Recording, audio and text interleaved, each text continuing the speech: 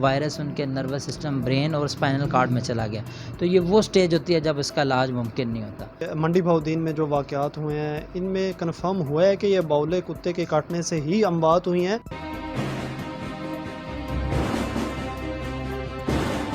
پانی سے لوگ ڈریں گے تو یہ باولے کتے کی کانٹے کی نشانی ہے۔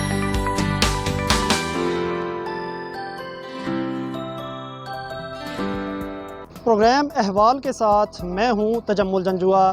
ناظرین، آج ہم موجود ہیں پنجاب کے ضلع منڈی بہاؤالدین میں، جہاں پر گزشتہ چند روز کے درمیان آوارہ کتوں کے کاٹنے سے 78 سے زائد افراد جو ہیں وہ زخمی ہو چکے ہیں، جبکہ 3 کی موت بھی واقع ہو چکی ہے۔ جبکہ یہ بھی اطلاعات ہیں کہ ریبیز جو خطرناک وائرس ہے وہ بھی ان جو متاثرہ افراد ہیں ان میں پایا جا رہا ہے۔ اسی حوالے سے کیا تفصیلات ہیں جانیں گے یہاں پر ضلعی انتظامیہ سے بھی اور ماہرین طب سے بھی۔ آئیے آپ کو لیے چلتے ہیں۔ ریبیز کیا ہے، یہ کس قدر خطرناک ہے اور اس سے بچاؤ کیسے ممکن ہے، ان سب سوالات کے جوابات جاننے کے لیے ہم پہنچے شہر کے جانے مانے معالج کے پاس۔ ہم بات کرتے ہیں ڈاکٹر مجاہد مغل صاحب میرے ساتھ موجود ہیں، ان سے مزید بات کرتے ہیں۔ سر بتائیے گا کہ جب کسی بھی پیشنٹ کو کتا کاٹتا ہے تو سب سے پہلے اس کو کیا کرنا چاہیے؟ جی السلام علیکم۔ سب سے پہلے جب بھی ڈاگ بائٹ ہو تو فرسٹ ایڈ کے لیے جو قریبی سرکاری ہسپتال ہے، چاہے وہ BHU ہے یا وہ THQ ہے یا DHQ ہے، وہاں پہ آپ فوراً اپنے آپ کو الرٹ کروائیں کہ ہمیں ڈاگ بائٹ جو ہے وہ ہوا ہے، تاکہ وہ آپ کے لیے ویکسینیشن کا انتظام کرے۔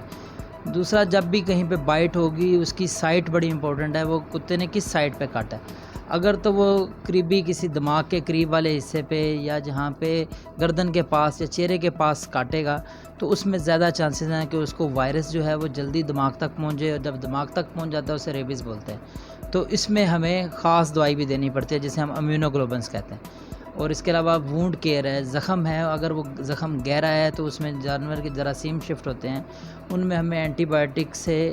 کور کرنا ہے، اینٹی بائیوٹک دینی ہے، زخم کو اچھے طریقے سے پانی سے دھونا ہے، اس کی ڈریسنگ کرنی ہے، اور اگر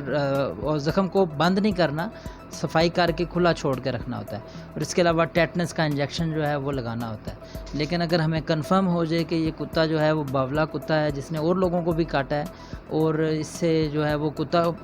انڈر آبزرویشن ان لوگوں نے جب دیکھا کہ وہ کتا بھی اس میں متاثر ہو رہا ہے، تو وہ پھر آپ کو لازمی طور پہ یہ سوچ لینا ہے کہ اس مریض کو وائرس شفٹ ہونے کے چانس بڑھ جاتے ہیں، تو تب ہمیں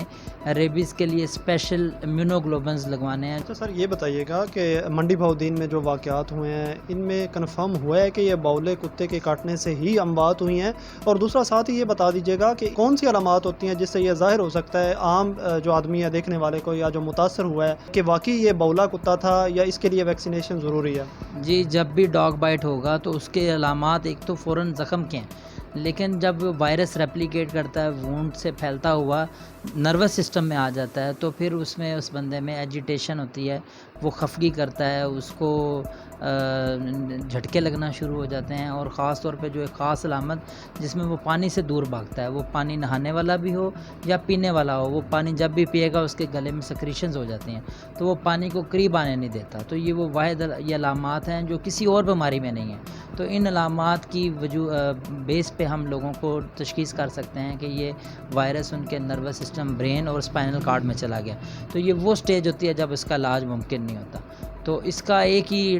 ڈائگنوسٹک کا طریقہ ہے کہ ہمیں جب بھی ایسے مریض میں ہمیں دماغ کی بائپسی کر لی جائے تب ہمیں پتہ چلتا ہے کہ وائرس موجود ہے یا نہیں ہے۔ لیکن باقی یہ میڈیکلی یہ پروون ہے کہ جب بھی ہائیڈروفوبیا ہوگا، پانی سے لوگ ڈریں گے، تو یہ باولے کتے کی کانٹے کی نشانی ہے۔ اچھا سر، ناظرین کے لیے سادہ الفاظ میں یہ بتا دیجیے گا کہ اگر کوئی کتا کاٹتا ہے، چاہے وہ باولا کتا ہے یا ویسے ہی کوئی کاٹتا ہے، تو اس کے کون کون سی بیماریاں جو ہیں وہ اس کو لاحق ہو سکتی ہیں؟ سب سے پہلے تو ہے کہ جب بھی کوئی کتا کاٹے گا تو وہ اس کی ہائیجین پور ہوگی، تو وہ باہر کی آوارہ کتا ہے تو وہ جب کاٹے گا تو جراثیم اس کے منہ کے انسان کے جسم میں داخل ہوں گے، تو ہاتھ کا زخم جو ہے وہ گہرا ہوگا یا زخم میں پیپ پڑ جانے کا ڈر ہوتا ہے۔ دوسرا، اگر وہ وائرس شفٹ کر دیتا ہے، ریبیز وائرس ہوتا ہے، تو پھر وہ نروس سسٹم کو ڈیمیج کرتا ہے اور اس کا علاج ممکن نہیں۔ تیسرا، ٹیٹنس کی بیماری ہے، وہ بھی کانٹے کی وجہ سے ہو سکتی ہے۔ تو ہمیں یہ 3 چیزوں کو دیکھنا ہوگا کہ ہم نے زخم کی خیال رکھنا ہے، ٹیٹنس کو بچانا ہے اور ریبیز سے بچانا ہے۔ ناظرین، جان لیوا اور خطرناک امراض کے بارے میں ڈاکٹر مجاہد مغل کی باتیں ذہن میں رکھیے اور اب یہ مناظر ملاحظہ کیجئے۔ فوٹیج میں دیکھا جا سکتا ہے کہ منڈی بہاؤالدین کے سب سے بڑے سرکاری ہسپتال کے اندر آوارہ کتوں کا راج برقرار ہے، جو کسی بھی مریض یا یہاں آنے والے لواحقین کو کاٹ سکتے ہیں، اور اگر ان میں سے کوئی ریبیز وائرس کا شکار ہو تو یقیناً متاثرہ شخص اپنی جان سے بھی ہاتھ دھو سکتا ہے۔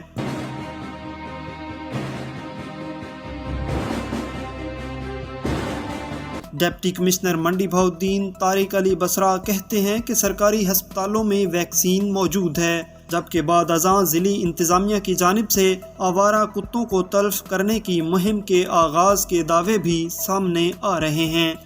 اور اس میں ہماری جو ٹریٹمنٹ ہے وہ بھی ساری فیسلٹیز اویلیبل ہیں اور ٹریٹمنٹ بھی ہماری چلتی رہتی ہے۔ محکمہ صحت کے سی ای او ڈاکٹر الیاس گندل کا کہنا ہے کہ متاثرہ افراد کی معالج کے پاس جانے میں تاخیر جان لیوا ثابت ہو سکتی ہے۔ لوگوں کی اویئرنیس کے لیے میں گزارش کروں گا کہ بجائے اس کے لیے کہ یہ دامد رودی رائٹ لیفٹ جائیں اور پھر جب کیس بگڑ جاتے ہیں تو وہ کہیں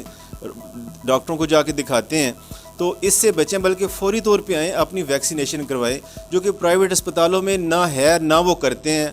ناظرین، اسی حوالے سے ڈاکٹر حضرات کا کہنا ہے کہ اگر اس طرح کا کوئی واقعہ پیش آتا ہے تو مریض کو صرف اور صرف سرکاری ہسپتال میں لایا جائے تاکہ اس کی پراپر ویکسینیشن کی جا سکے۔ مزید کسی پروگرام کے ساتھ آپ کے پاس دوبارہ حاضر ہوں گے، تب تک کے لیے اللہ نگہبان۔